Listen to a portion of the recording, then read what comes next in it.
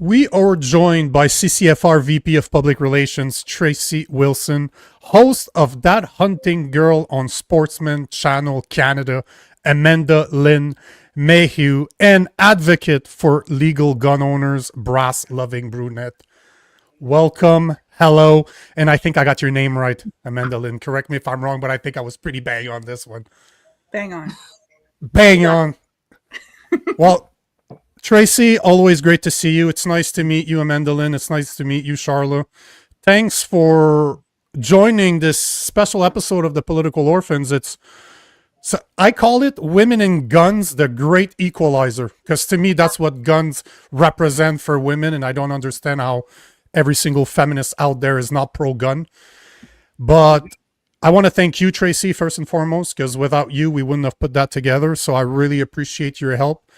I'm going to start with, I don't know if it's an easy question, but considering that you guys are all women involved in the firearm, how could I say, industry, the firearm community. Community is probably a better term.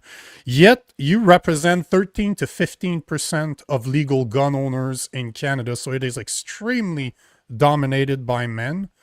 But considering what you guys do, why do you think that is? Why do you think that women are not more involved with firearms in Canada? And I'll start with Tracey, and then either Charlotte or Amanda, you can go next. We'll pick and choose there. But Tracey, if you want to go first. Sure. Yeah, I mean, sure. That women represent overall a smaller demographic than men in the firearms community in general. However, if you look back 10 years ago, 20 years ago, that number was even more minuscule. So women are the largest, the fastest growing demographic in the firearms community. More women own firearms than ever before. And for me, that's important because women are decision makers. Women decide what the kids do. You know, we've actually purposely targeted women with a lot of our events and a lot of our promotions. And I also find women are naturally better shooters than men. No offense to all the guys watching. I'm sure they're great shots too. Yeah. But I can tell you from mentoring people at the range, when you take a group to the club and you got your guys and you got your girls, and the guys are like, yeah, I got this. And you're trying to show them what to do or how a firearm operates. They're like, yeah, I got it. Just don't worry, I got this. Whereas a woman is more likely to be like, you know, to ask questions and make sure she's got it down packed. And she wants to do a good job and she wants to learn. And she's more inquisitive. And therefore she picks it up better. Maybe it's a little bit of ego thing, but yeah, girls really love guns. Yeah, girls love guns. Charlotte, you're next. You're just next on the screen, so I'll pick you up. And what do you think? Well, like Tracey said, I'm amazed at how that number has jumped up, and I'm incredibly proud. So the other thing is maybe these women that are curious, it's the reason why they haven't actually crossed that line yet is they haven't met any of us who are willing to teach.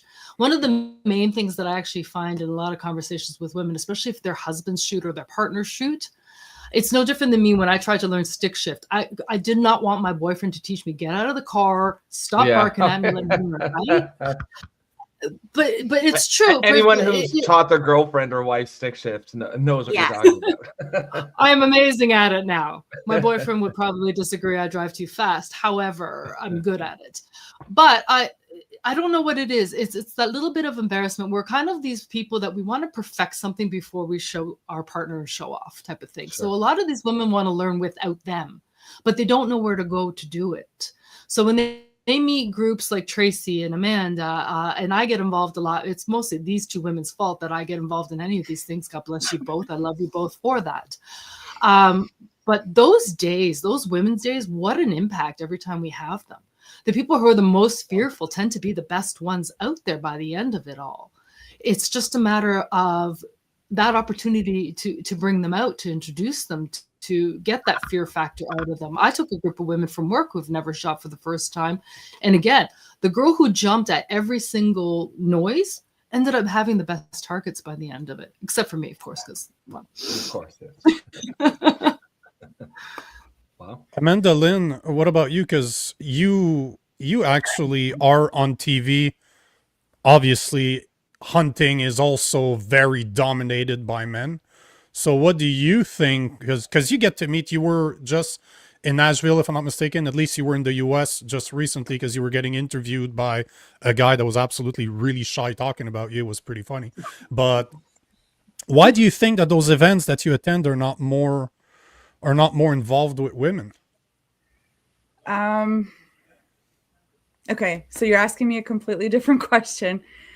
So I'm going to go back, and I don't know if I can answer that question or not, but I'm going to go back to the initial question, and my answer is going to be a little bit different because the world I was raised in, my mom shotguns, my grandma shotguns, like everyone I knew shotguns growing up, and I grew up in a remote town, and I didn't know that women didn't shoot guns until I was brought down to Southern Ontario.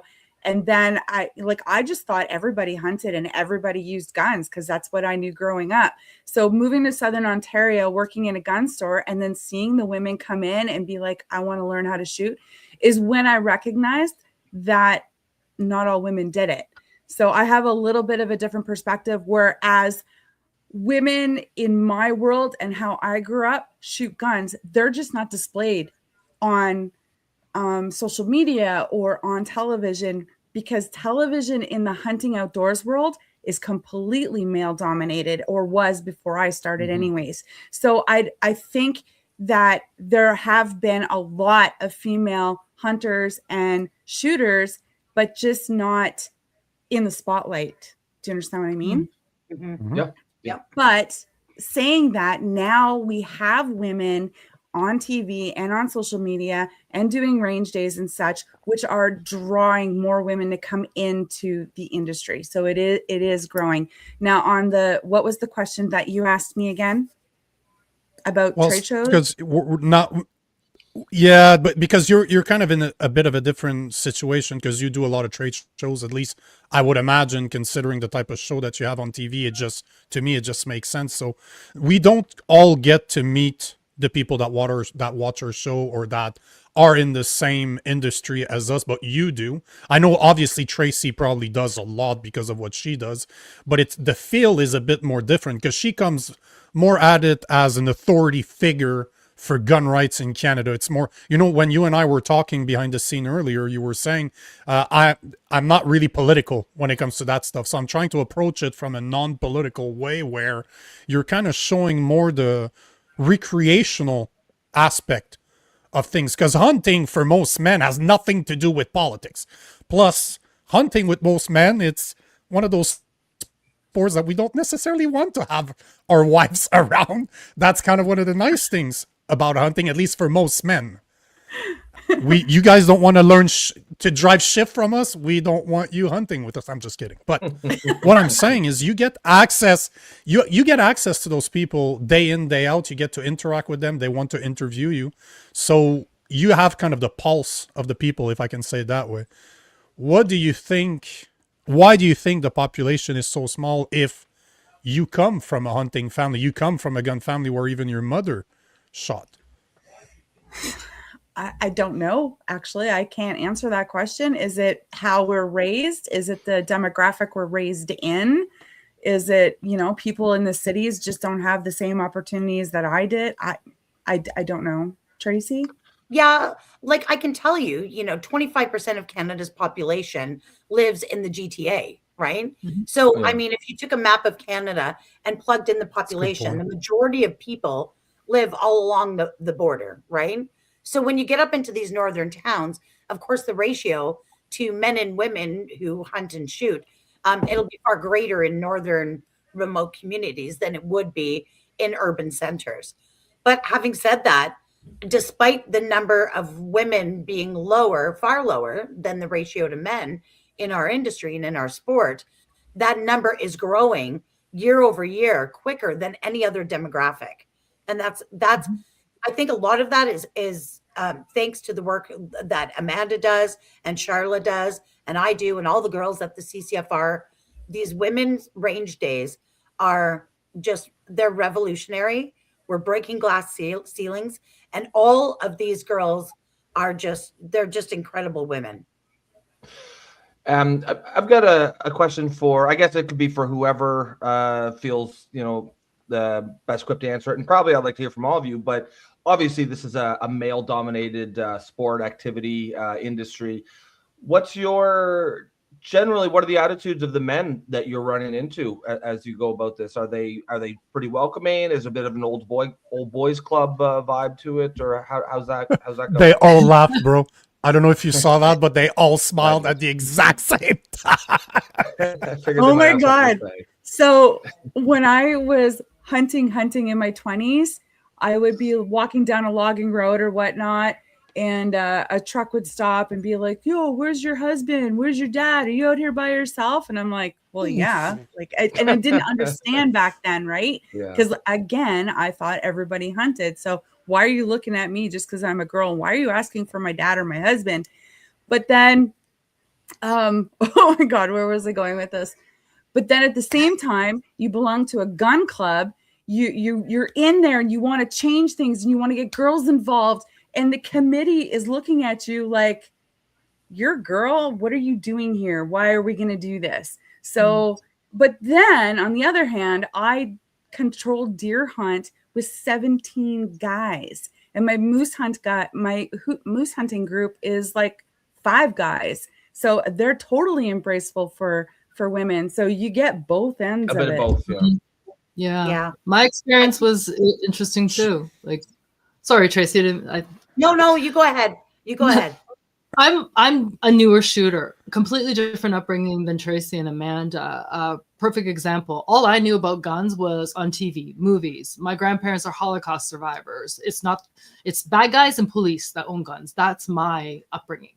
There was nothing outside of that. So all I knew was what I saw in the movies. So all that extra glamour, now that drives me crazy when I watch a movie and I want to correct people's discipline. It's ruined it a lot for me now that I'm educated on it. But I didn't officially get licensed till 2015. So I am going, finally past my 11th year, which seems like a long time, but I'm still constantly learning. But when I first went to the range as a newbie, like my very, very first day, most people were incredibly welcoming. They couldn't wait to show me their gun. Try this one, try this one, try this one. Like, it is a really welcoming community. But then once I started becoming a bit of a name, then I kind of got a little bit of an interesting attitude, because I started to post that I actually had some skill. I was gaining skill. I was trying my best to perfect things. I wasn't competing with anyone except for myself on how to improve my groupings, how to do better, before my eyes went cuckoo, how far can I go with iron sights without any special scopes and things? I love doing that, my own personal challenge. But what was interesting, the same people who were welcoming, sometimes there was a little bit of that male ego, which is it's too bad, because they could have taught me something as well. But when they realized that I was out shooting them, then I got a little attitude. Then I got a little bit of that cold shoulder, or we throw these up and this and that. And then there was that competitiveness, but it wasn't a nice competitiveness. I'm like, okay, settle down. Or we get too many cooks in the kitchen who want to teach you. I was like, I got 6 people around me chirping in my ear on how to shoot. I'm like, I feel like I feel, I'm probably significantly older than everybody here. So, when I go to the range or a club or an event, like, nobody treats me like that anymore. But I can tell you that when I was a younger woman, and I didn't grow up shooting guns, but I was, probably early 20s. So I've been shooting for 30 years. And when I was younger, it was a lot more condescending. Same kind of idea. Where's your husband? Where's your boyfriend? Where's your dad? You'd go into a gun store and they just assume you're there to shop for your husband. But of course, nobody talks to me like that now, but I also can't walk into a gun store without, being recognized. Being recognized, yeah. Yeah, I mean, to be honest, I'm more of a political junkie than I am a gun girl. I'm definitely a gun girl. But yeah, I enjoy the politics of it. And to me, it's one of the most interesting issues, social issues, because no other demographic gets treated the way that gun owners do, right? So I completely agree. And it's interesting because I spent a lot of my time in the US.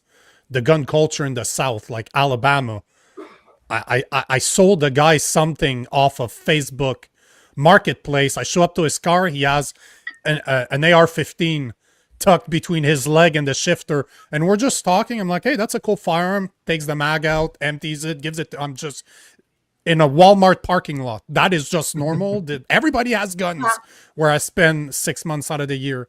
But you come back to Canada and you're looked at like you're evil for owning guns. Yet you look at the statistic, we are the safest people in Canada. The safest group of Canadians are legal gun owners. So in a world where Canada is kind of describing themselves or becoming, being Canadian now is not being American, do you think it's possible for us to get closer to kind of the gun mentality that they have down south, even though we're so different? It bothers me to say no, so different, because technically we're not. We're so close. There's not much of a difference between an American and a Canadian outside of the accent, and it's a lot harder down there than it is here. But how can we kind of bring that back together, kind of bring our culture more together, where guns are not only acceptable, but women like you guys can actually start carrying them? Because I'm 6'1", 6'2", 230, 240. I have 20 years of martial art behind me, and I love guns. You don't stand a chance in a one-on-one fight. But the guy that introduced me to firearms, he's like, bro, I don't care that you know how to fight. I love guns and I know how to use them. That's the greatest equalizer. And I think about you girls, and I don't mean to be condescending by calling you girls, but what do you think is going to take for us to not only kind of change the mentality of people in Canada, but to show those feminists out there that if you really care about women's rights, you should care about women being able to carry weapons that can help them defend themselves? Doing the same thing that we're doing, Tracey, like doing everything that we're doing, educating and having range days and showing, we use firearms for tools for hunting. We use them in shooting sports for competition, like all of those things, everything that we're doing. We just got to keep doing it and more of it. Yeah. I Unfortunately, think too, sorry, Shard, do you want to go ahead? no, you first, babe. I was going to say, I think having been in this community for like 30 years, I think we made a very critical mistake. I remember taking my firearms course and joining the first clubs and going to hunt camps and stuff. And this mentality of, don't show off your guns, don't wear gun shirts, don't put stickers on your car, keep it down low, keep it quiet. I remember my instructor telling me that. And, at the time it made sense. Well, you don't want to be a target. You don't want people to, break into your car, your house or whatever. But that was wrong. We were wrong. And I firmly believe that because of that, we failed to normalize it. And that put us in the situation we're in now, where we're so far away from being able to carry a firearm to defend our life. I mean, we're at the precipice of them confiscating our firearms, right? Like we're a million miles away from that. However, I think with continued the visibility of women in firearm related sports, I think is going to help with that. It sort of softens the image, and just not backing down. People always say, I'm a grandma, I'm a suburban grandma, and I'm walking around with an AR-15 on my shirt. And people say, oh, don't you think that's too aggressive? And I'm like, no, I literally own AR-15s.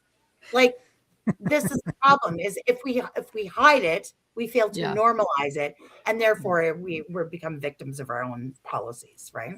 True. Well, the other thing is I'm finding is that we're constantly battling that whole propaganda thing. Like, we're not even allowed to have a mentality of self-defense. Ooh, that's taboo. Like, curl up in the fetal position and hope for the cops and the best out of the situation. Well, it's built into our legal framework, right? Yeah. It's really shameful. Yeah. 100%. It's your most basic human right is self-preservation, is the ability to defend your life or the lives of the people in your care. It's the most basic human right. And without that, we're not citizens, we're slaves. Period. Well, we talk a lot on the show about, castle doctrine and the need for it. And we've touched on stories where, people are getting in trouble, getting charged because they've been too excessive in their defense of their family and their homes, which is completely ridiculous. So of Yeah. course, they may say you have the right to defend yourself, but when they charge people for doing exactly that, they really undermine that message, I think. Yeah. Yeah. Well, even what Nico said with the mixed martial arts, there was a gentleman that I worked with in my 20s. Mixed martial arts won a lot of trophies, like was incredibly competitive. And one day, wrong place, wrong time, about 5 or 6 people jumped him. But he was so skilled, he got the upper hand. He didn't break bones or anything like that. But how dare he not be a good little victim? He managed to escape. He got out of the situation. But then they charged him. That's insane. That's what we're constantly battling. Leave firearms out of the conversation, and we already have lost because we're just not allowed to have that mentality. Is what they constantly push out there for everyone to believe. Just hope for the best. Call the cops. That's it. Yeah, and then they take what, hour and a half to show up. Even if if you look, the average in urban areas is something like 9 and above minutes. You can do a lot of damage. Can you imagine exactly what someone can go through in 9 minutes? 9 minutes is a long time when you're fighting for your life. So I agree with Tracey, as much as I don't like to agree with, not with you, Tracey, but with what you said, saying that we're so far from that conversation because we're so far down the path that right now we're looking at 10 years in prison on November 1st.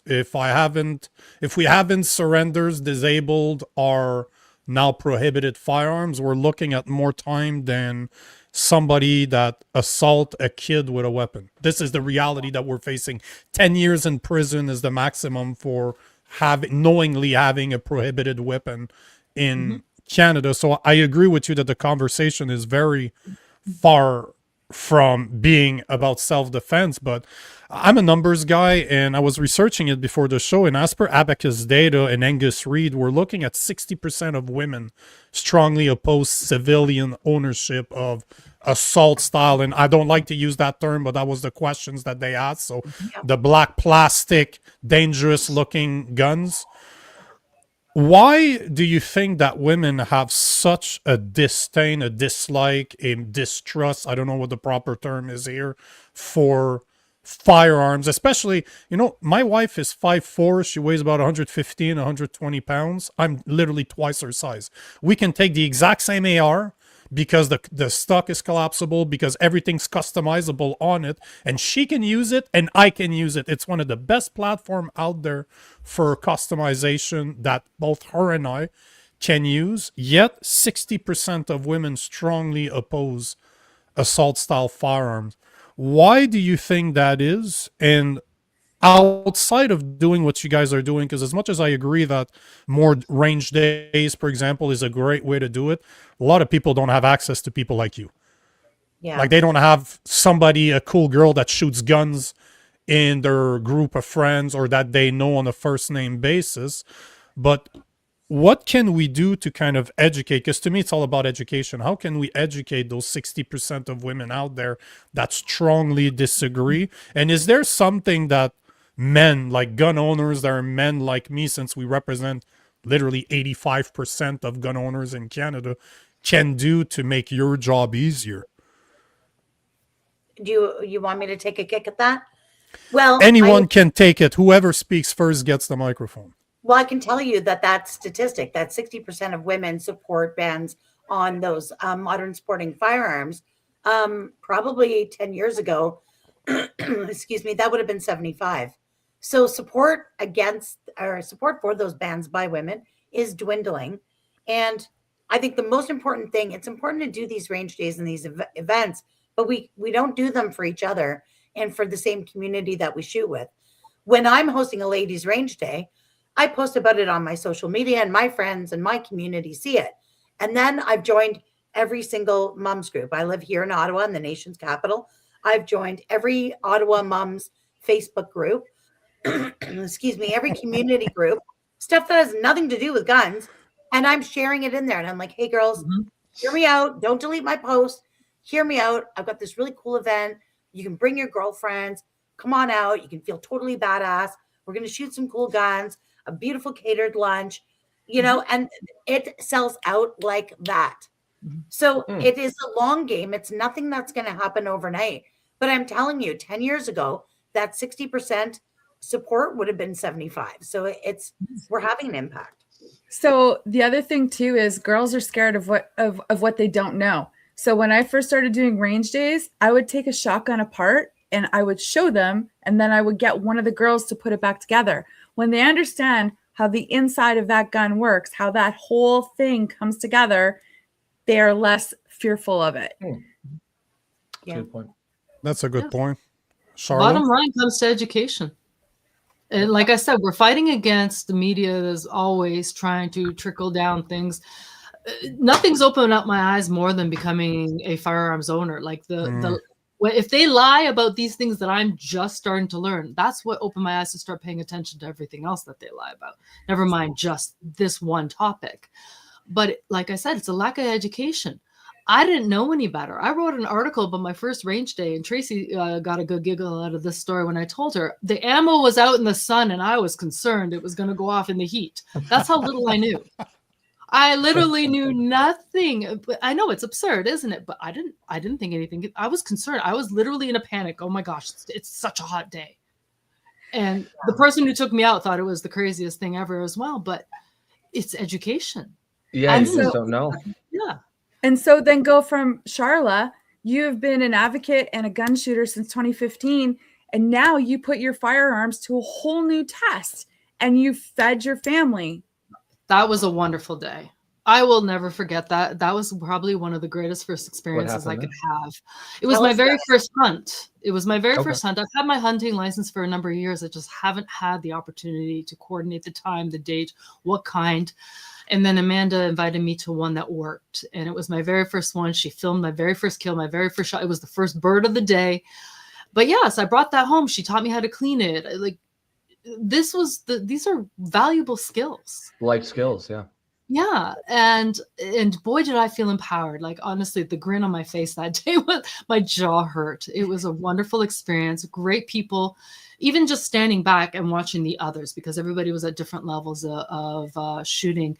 The one girl, I think she shoots skeet or trap competitively, but just her whole style and how relaxed. I'm just like admiring her. I was like, wow, it was a wonderful day, and what a great meal I made out of it too. It was Yeah, I think you guys are right about education. And I think there's certainly a place for, there's different types of education. There's the type where some form that we're having right now, right? Yeah, people with platforms talking, people talking to media. I think there's a place and time for that. But I actually really think by far the most effective is going to be the things that you guys are talking about here, the range days, the hunt days, the days where people get out and actually get their hands on a weapon and really see, oh shit, this really isn't that scary.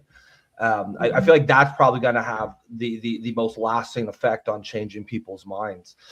Now I've got a question for you guys. So obviously, you guys are all, women again in the hunting industry. Even Nico, when we started the show, it was kind of like women and guns as the title. How much of this to you is a feminist thing? And how much do you kind of not want it to be? There's certainly, I think, a benefit in that angle, but I could certainly see a point where it almost takes away from the message you're trying to get, where you just want to be people with guns or just about guns in general. And who cares if you're a man or woman or what have you? Or are you angling this particular from women and guns, a female empowerment type thing? Both. So for me, I know that, I'm 5'2". I'm, excuse me, sorry, I've been talking an awful lot lately. I was at a big rally in Quebec on the weekend, so I'm running out of voice. But I'm a small woman. I'm very political. I'm very active online, and I have a lot of people. that appreciate the work I do and support me, and I consider my friends. And then I have a lot of people who would actually really like to hurt me. And I know for me, would I like the ability to carry a firearm for self-defense? I would. Would I carry it everywhere I go? Over to Walmart with my grandson? Maybe not. Maybe. I don't know. It depends how I'm feeling. But I can tell you that I've left events or meetings late at night in downtown Ottawa and walked through the deserted streets in the dark by myself and thought, if something happens to me right now, there is not a thing I'm going to do about it. I am not going to fight my way out of it. I'm an excellent debater, but somebody with ill intent isn't going to have a political debate with me, right? And yeah, and I mean, who knows? You see these videos online of the armed home invasions, and that's got to be, I think, everybody's worst nightmare. And for the majority of people, that will never happen to you. But for every video that you watched where it happened to someone, they didn't think it was going to happen to them either. And yeah, so for me, yes, it is actually, you know, I every Canadian who is able to and would like to own a firearm, I would like them to have one. Yes. However, for me, it is particularly important for women to own firearms. We're not exempt from these gun bans. They're going to take my guns just like they are going to take yours. And just the idea of disarming women and then calling yourself a feminist government, to me, is absurd. We're not even allowed to carry bear spray or pepper spray. It's crazy. Unethical. It's this. I'm like, it's not going to kill somebody, but even that we're not allowed. Again, we're not allowed that protective mentality. You're supposed to be a good little victim. Like the one thing for me, again, unfortunately in the past, I was hurt by somebody. Back then I was much stronger. I was in the gym. I was at boxing and stuff. But you will always meet your match. And that'll always stick in the back of my mind. Doesn't matter how big, small, tall you are. You will always meet your match if they want to find you. One of the things, this video keeps crossing my feed all the time. They're asking these mothers, oh, you love your kid? Oh, yes, with all my heart. Would you kill for your kid? And they all hesitate. I'm like, what is wrong with you? I may not be the biggest woman. Even if I don't have my firearms, I will fight until my last breath if I have to. Yes. But even like, so I'm like, we're fighting that mentality. Oh, let's be nice to each other. No. You come into my house after my kids. I am not going to be nice. I'm not going to ask you questions. So you're here for my TV? Are you a kitty diddler? Do you need some money? Do you want my jewelry? I'm not going to ask questions. I'm going to fight you until I know you're not a threat anymore. There is no 100%. Questions. It's absurd. But the one thing that I like, I mean, we're talking about our comparison with the US. I actually kind of like that we're licensed. I don't like that it gives up a bit of my privacy, but even to carry. Wouldn't society be better? Like us competitive shooters, somebody like me who goes and challenges. Let me prove that I'm capable and give me a carry license. If you want me to redo it every couple of years, fine. But because I've proven that I have the skill and the ability to do it, test me under duress, you know, things like that. I don't understand why they wouldn't even give that any consideration here. But this is how far we still have to go. They won't even consider that. Testing, am I capable of it? Oh, yeah. Let alone you're not that far off. Yeah, just your black badge, just getting your black badge on top of your licenses is at least when I took it years ago, it showed how to carry a loaded firearm on your hip as you're at the range. It showed you how to run with a firearm. If you do 3 guns, guess what? You're reloading. You're getting rid of firearms. You have to pick others, and you have to run around. What better training is there than to do that while somebody's looking at everything that he's literally looking for an excuse to disqualify you? What better test that could be to carry a firearm, to prove that you can carry a firearm? It's not like we have to invent anything else. The testing is already there. It's already in place. Mm-hmm. Did you have an opinion on this, Amanda Lynn? No. I know, Tracey, you do.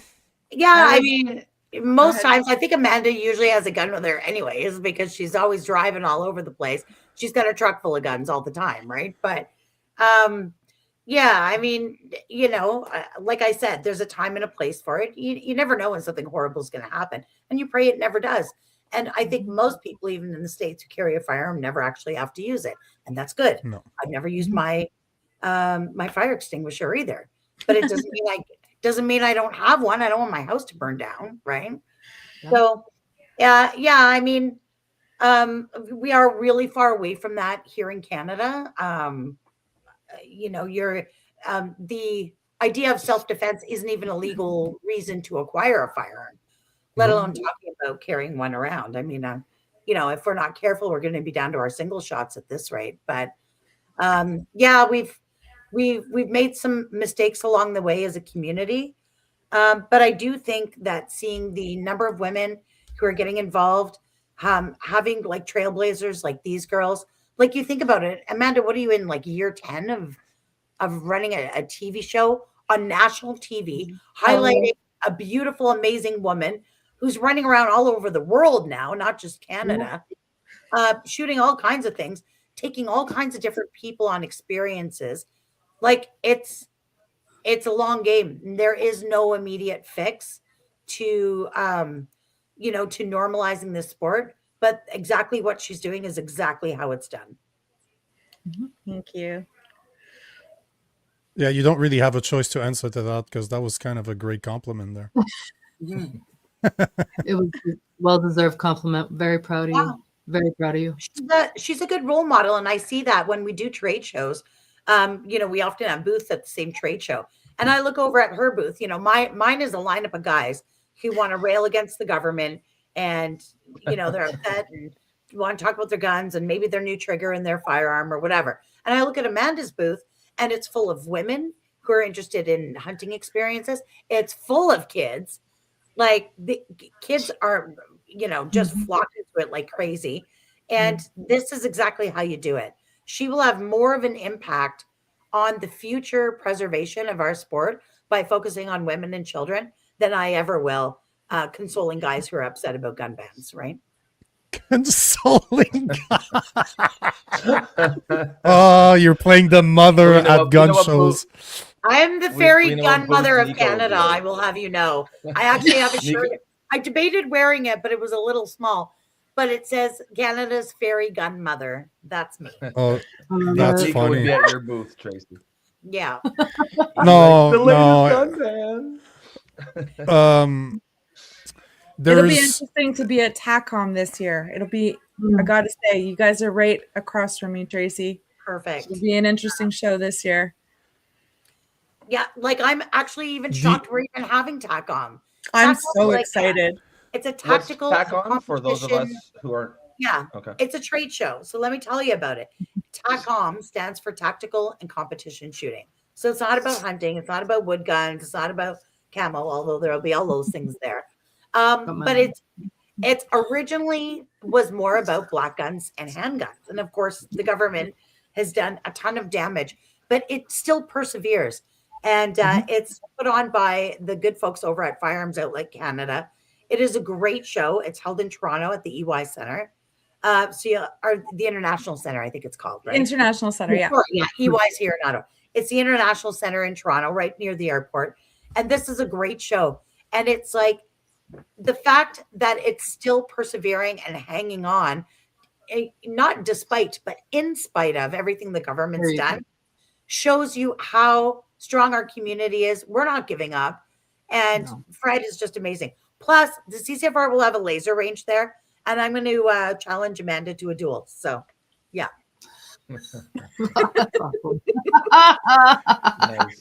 Nice.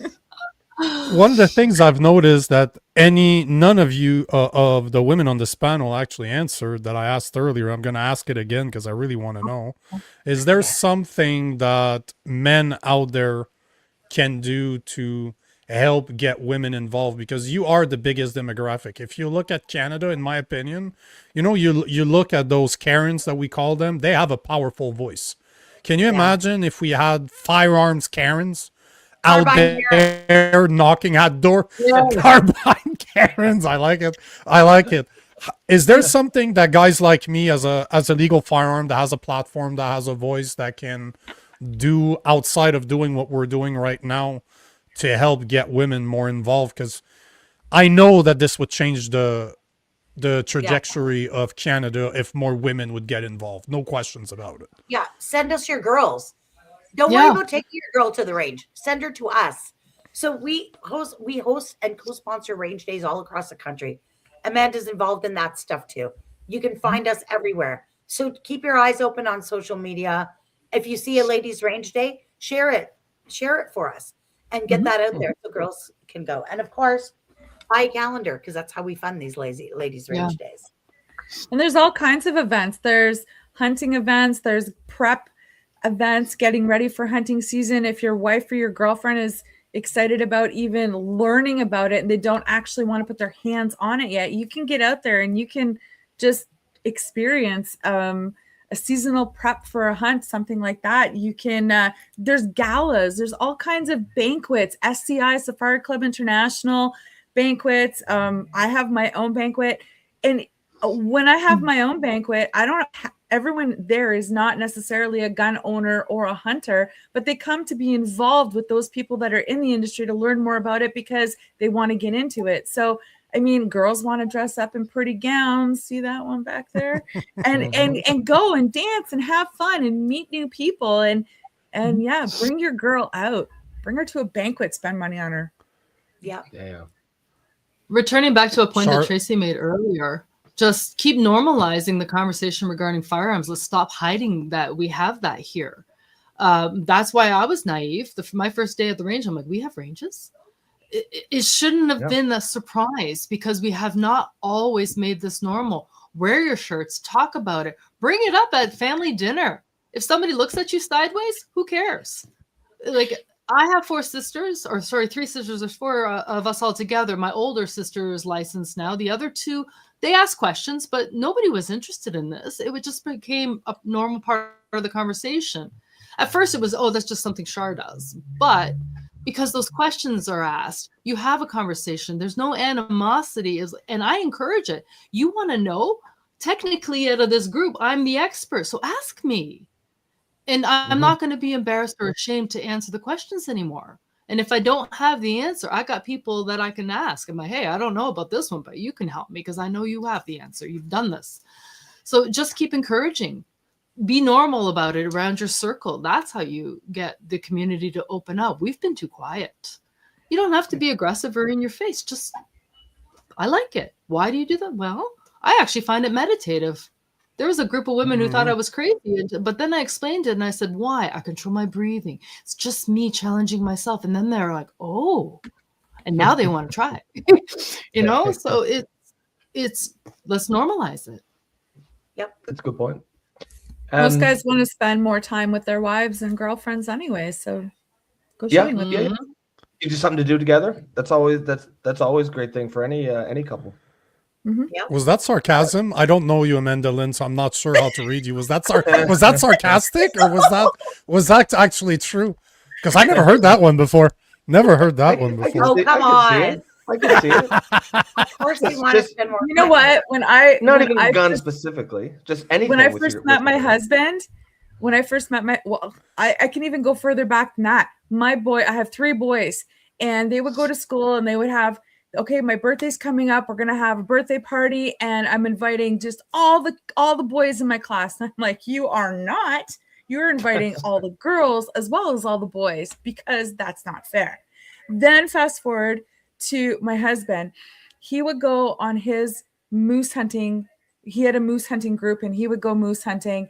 And he would ask me every year, Amanda, come with me. Amanda, come with me. And I'm like, I'm going to go moose hunting with my dad because I don't know how much time I have left with my dad. So I'm going to take that time and go with my dad. But my husband asks me religiously every year, come moose hunting, come moose hunting. So you get those guys, and they will involve you. And of course, you get the other ones who are like, I'm going moose hunting because I'm going to get away from my wife, which I think is absurd. And if he ever did that to me, we would not be married anymore. So like, it should be inclusive. It doesn't matter what it is, boys or girls. And when I grew up as a hunter, not a female hunter, a hunter. So, and that's what I am. Has that how has that improved? Has that improved your relationship going on the moose hunt together? Well, we still don't go on a moose hunt together. You're talking hypothetically. If we did, it would be well, no, we went on a couple of moose hunting trips. We do a lot of deer hunting together, and recently, my husband is actually semi-retired. So since July, he's been coming on all my adventures with me and filming. Yeah. Nice. Oh, so you got a free cameraman. Well, he's not free. Yeah, free camera guys. Okay. Yeah. It's not hold my purse, hold the camera. Very expensive cameraman. He is amazing. He is super, super supportive. When I say, oh my God, hon, I have this incredible opportunity to go to New Zealand, he's like, go. He See does. you later. He wants to go with you. Really? Wow, that's surprising. Who wants to go to New Zealand? Wait, That's a great. Honestly, Who is that is that? a I love range. Does- Yeah, who is this guy? I'd be all over that. I But also want no, to go to he New didn't. Zealand. He didn't come to New Zealand with me, but he said, Oh, you mean I he's want supportive you to go. of Yes, you. like you're going. No matter what it gotcha. takes, you're getting there. I don't want you to miss this opportunity, and that's the kind of man he is. Okay, nice. Locally I've been- here, one of the ranges actually did like a Valentine's Day couples raffle. Like it was on the radio and everything. It was that normalized and it was very successful. It brought in so many people who've never shot before, ever in their lives, and these couples had a blast. And I love doing things like Literally. that. Yeah. Yeah. And then there's me and my boyfriend. We love doing our range days together. So we had an opportunity out in Vegas, and I posted, and it's funny. So we're shooting something at about 100 yards or 200 yards. I can't remember. But we had the silhouette target. So he was trained as a sniper. So his grouping was wonderful. And the tiny little target, I get the little heart space, but then I created a little X way down below the torso in you know what area. And I got my grouping in there just to remind him that, honey. Just a warning. Yeah. Yeah. Yeah. But no, it is a good time. It is a good time. But what I loved is what that range locally did. It brought people who would never ever have even thought of it. They gave them something to do together, and my gosh, the joy and the excitement and great pictures. It's exciting. Yeah. It really was. I think anything couples do together, whether it's guns or whatnot, is a good thing. It's just get out, have fun together. I think that's always a good thing. So I've got probably my last question there. Looks like we're running a little bit out of time, and there's probably more towards Tracey just because she seems to be more the political one, but it could be for anyone. Just kind of stepping aside from, say, women and guns for a second and just guns. Just talk about this gun grab that we're seeing here now. Where do you see that going? Do you see that as just a continuation and more to come? Do you see this as sort of like, you know, the final one for the next little while, or do you see this as just a continuation of the pattern that's not going to stop? Well, I'll be honest. Like I kind of thought maybe with the new prime minister, it's the same old party, but the new prime minister, I thought Carney might be a little more pragmatic. He doesn't seem as ideological. I think. I mean, Trudeau, like I don't know, like good riddance. I hope Katy Perry keeps him far away from politics for the rest of his life, because I don't think we can survive that again. And I feel like for him it was just a political tool. Carney doesn't. I don't think he's as interested in it because he's far more interested in the economy and other issues like that. But I think it's become a giant embarrassment for them. I think we've been shooting 50 cal size holes in their gun ban all along. We've got law enforcement agencies across the country coming out against it. We attacked it during the election. We've got these municipalities in Quebec now, opposing it. So I don't know where it goes from here. We're waiting for the Supreme Court to decide if they're going to hear from us. It doesn't matter what they do to us. I can tell you right now, we will not give up. We will not give in. We won't back down. We're going to fight them every step of the way. And if it comes the 11th hour on October 30th, then I'm going to have to make a decision about what I do with my freedom. But this is the hill I chose to die on, and this is where I'm going to be.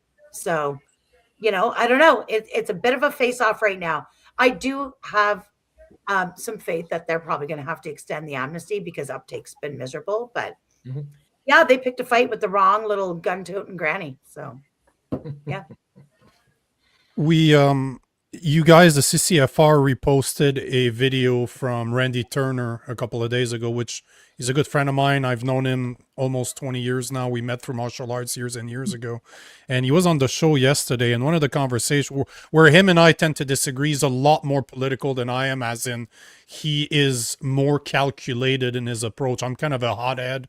I'm out there saying the things that I think are right. I don't really care if I hurt your feelings. I'm not in politics, so I get to say whatever the hell I want. And if you don't like it, well, you can go fuck yourself. I'm sorry for my language there, but I'm just, nobody else has swore today. Like, I don't know what's happening here, but I have to throw at least one. Oh no, it's not. We are not. We're not a family friendly show. No. But that being Well, said, next one of the things that, and I'd like to have your opinion, everybody on this panel, since you interact with so many firearm owners, and we've done a lot of, I've recorded with you, Tracey, I think it's the third time in the past month and a half, and I had the chance to do Ian Runkle, I had Turner yesterday, I've had the guys from the NFA on the show, because I understand what's happening and it needs to be spoken about. But one of the things that I'm seeing is a lot of frustrations coming from gun owners, and I would argue that we are the most political subset of individuals in Canada, because we all know, my buddy that introduced me to firearms 10-ish years ago said exactly that. If you become a firearm owner, you will become political. You don't have a choice to pay attention because you have firearms. Are you worried a bit of the 11th hour? And I'm asking anybody on the panel that wants to touch that one. If you don't want to touch that one with a 10-foot pole, I understand, but I see a lot of frustration. I see a lot of, I'm not giving my guns away. A lot of people are like you, Tracey. They're ready to die on that hill, and I'm no different. But does that have any of you a bit nervous? Pissed off. What do you mean by pissed off? Why are you going to come to my door and ask for my gun that has been handed down to me from my grandfather that I use to put meat in the freezer and feed my family? Screw you. No. Yeah. No.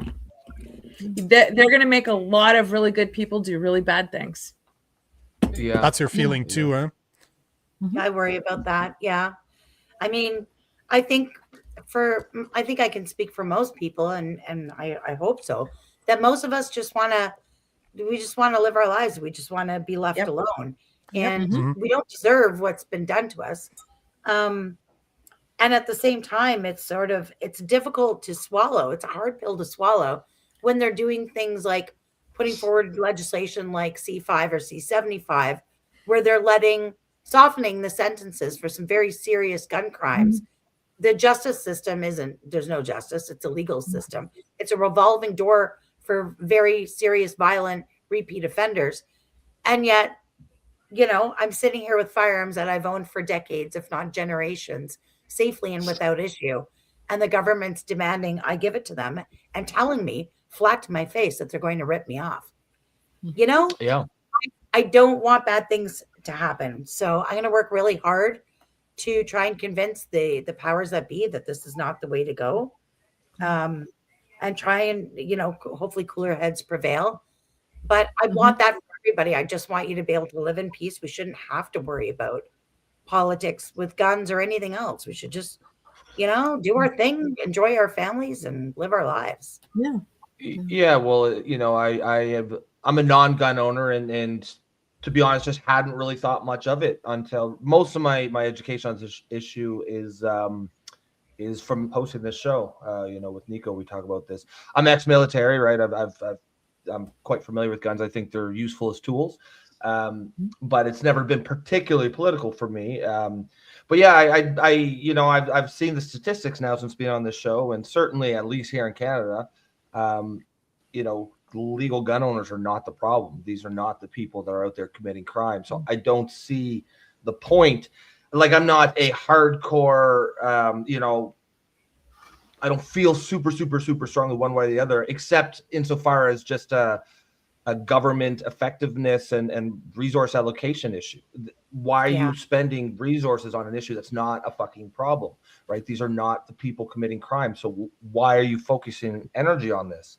So, obviously I want to ask you guys, this will be for sure my final question.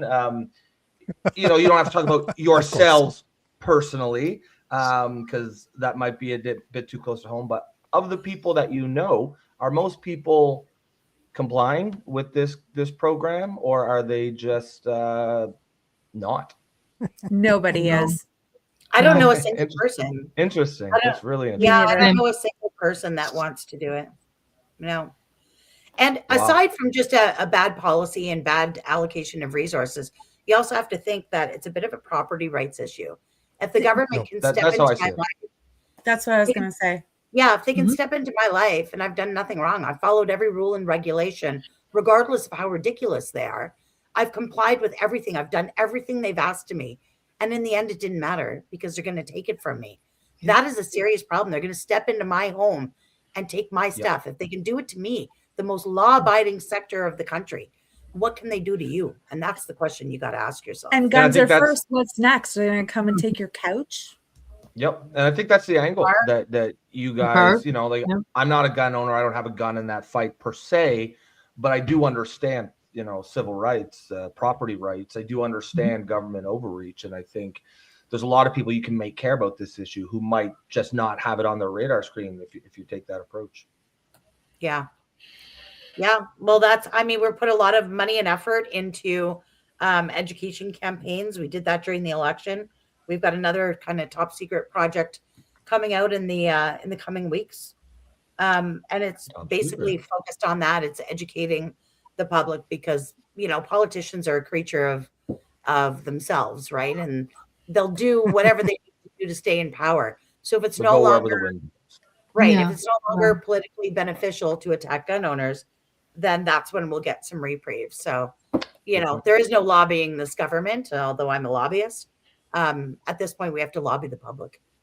You know, you guys said something very interesting. I'm going to take this from, this is my lesson learned from this episode, is not be ashamed of being a firearm owner. I'm not, but I'm that big dude covered in tattooed, muscular. You imagine that I'm that type of guy. It's not very surprising if you learn that I have firearms. But it's interesting because I never really considered it before because I've never worried about this. If you don't like me, you can go screw one. I don't care. I'm going to talk about what I want to talk about, and that's the end of the day. You don't like it? Well, fuck off. That's pretty simple. But I like that. I got that from you guys that we need to, or at least firearm owners in Canada need to be maybe proud of being firearm owners, like not be, maybe do it on purpose to piss off people, as in ruffle some feathers, not with attitude, but not being ashamed to wear a shirt, like you were saying, Tracey, that has an AR-15 and say, I am a legal gun owner and I'm proud of it. This is who I am. There's nothing to be ashamed of. But that's a great point. I definitely think that you guys have, you're bang on when it comes to that. Never considered it before, but I think you're bang on this one. Yeah. Bang, bang. I believe with everybody is just, you know, be loud and proud and just normalize it. Yeah, like it provokes asking questions. If you can get people to ask questions, that's where the conversation comes. Provoke it. Yep. That's a good point. That's a good point. I'm gonna give you guys a chance to just say something at the end, so before we end the show. So, Amanda, Lynn, anything you want to add to this? Anything you want to say? Plug yourself. Plug yourself. Plug your show. Plug your store. Plug your website. Plug it. Yes, that kind of stuff. Yeah. If you want to talk to me about anything in regards to guns or hunting or anything outdoors, justhunt.ca. You can go there and you can see all the social media icons that I belong to. You can go and watch 10 years of hunting and fishing and gun shooting episodes on YouTube, followed from there. You can see my personal appearances. Come to a Take Me Hunting seminar. Sign up for a range day. I don't know what else, Tracey. You have a really nice swag store. Yeah, go buy stuff. Justhunt.ca. Head over there. Go to her merch shop. She's got some of the coolest swag and merch. Go and check it out and support the people out there killing themselves to save our community. So, yeah. Charlotte? No, like honestly, I kind of want to talk about Amanda too. I'm really looking forward to her gala at the end of this month. She's been inviting me for how many years, and I'm finally going. And again, I've met a couple of wonderful women through her. They're going to be there as well. I just can't wait to get back into that community, start talking to people again. It really is an energy about it, and it's because people like her put it together. So yes, I will hype up my girl a little. Nice. So yes, the gala, the Take Me Hunting Gala and award show is coming up on March 28th. And I will plug this because it's super important and so much fun. Tracey spoke last year at it. We have special guest speakers, wild game dinner, is being cooked by Gourmet Craft and Catering celebrity chefs. Antonio Maleka and Craig Baxter are going to be on hand cooking. We have moose, venison, duck, bison. We're going to have prizes and dancing. Ty Baton's going to be live on stage. It's just a beautiful dresses, beautiful people, like-minded kids, adults. It's a great event. Yeah, it's Nice. a lot of Come. fun. Nah, I want to go. When is it? When is this? It's March 28th. It's the day before CanCast. And last year we've had people from Alberta, Wisconsin, Ohio, Quebec. Like there's people all over the place. And the biggest part of the night is we give awards away and we recognize those that are new in the industry, novice hunter of the year, apprentice hunter of the year, all those kinds of things. And I think that one of the biggest things in this industry is recognizing those who are starting out, motivating others, inspiring others, doing all of those things. And I think awards is a big deal in this industry. Guns, hunting, fishing, whatever. Yeah, that's it. Well, Yeah. all they had to do is to get you started. Once you start, Yeah. Once you you're start, good to go. We are talking about that gala, and she never quits. Yeah. We know her. Honestly, though, head over Yeah. to her website and her social media and check it out. And you can find me I don't know, I'm all over the place. I'm just the grumpy gun grandma. And you can check us out at ccfr.ca. Amanda's show airs on Sportsman Channel Canada. The CCFR radio podcast airs on, everywhere you can listen to a podcast. And CCFR radio on the air is our national TV show, and that airs on Wild TV. That's it. Guys, Amazing. Yeah. Thank you very much for coming up. Yep. Go ahead. Rob, go ahead. Before you go, Nico, I just want to let you guys know. Normally, we have our comments in the bottom right. You can see there now, but with this many people, we shut them off. But we've been getting a ton of comments here. Lots of people really appreciative of what you guys are doing here. You know, great space, guys. Thanks, Tracey and the CCFR and everything you do. Thank you to all our guests. I won't go through them all. There's too many, but I just want to let you know that there's a lot of people out there who are appreciative of this chat. So we appreciate you guys coming on. Awesome. Thanks for having us. Yes, Thanks. Thanks again, guys. We'll have to do it again, so I appreciate. And guys, go see Amanda Lynn's Go to the gala. You need to go to the gala. You need to go to the gala. On Come that dance note, guys, with me thank and you. Charlotte at the gala. I'm gonna look Thanks so like I'm much. 7 feet tall. It'll be great. Thank you so much, guys. It was a lot of fun. Thank you. Thanks a lot. Thank Bye, you. guys. Great Well, chat. there you go, man. Yeah. Yeah, 100%. Hey, with all of that, I completely forgot to mention the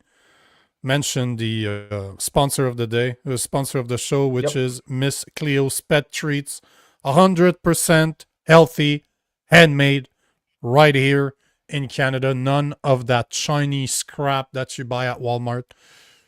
All made in Canada, all made with love. Your pet deserves better. My dog loves it. And because you are an orphan, you get 20% off of your entire purchase. Just go in the section below in the comment section, look for cleocookiesandtreats.ca, 20% off if you use Political Orphans. All to you, bro. Yeah. Excellent chat, guys. Excellent guests. Obviously, with the guests, we couldn't get to the comments as we normally do. But if you are just tuning in, we do often take comments. This show is heavily based on audience engagement and participation. Hopefully you enjoyed this show as much as me and Nico did. I think that was a great chat, very informative, a lot of fun. If you support the show, if you want to help build the community, you can consider becoming a member through YouTube for the low price of $2.99 per month. You can also buy us a coffee, which you will see in a QR code in the upper left-hand corner of your screen. And of course, the other way you can support us is just keep coming back, throw those comments out there. Please remember to like and share the stream as well. If you're out there right now and you haven't done that yet today, just do that right now. That'll help us with the algorithm, and that'll help us just continue to keep building this audience. Other than that, folks, excellent episode. We hope you enjoyed it. Have a great rest of your night, and we'll catch you tomorrow night. Peace. Peace.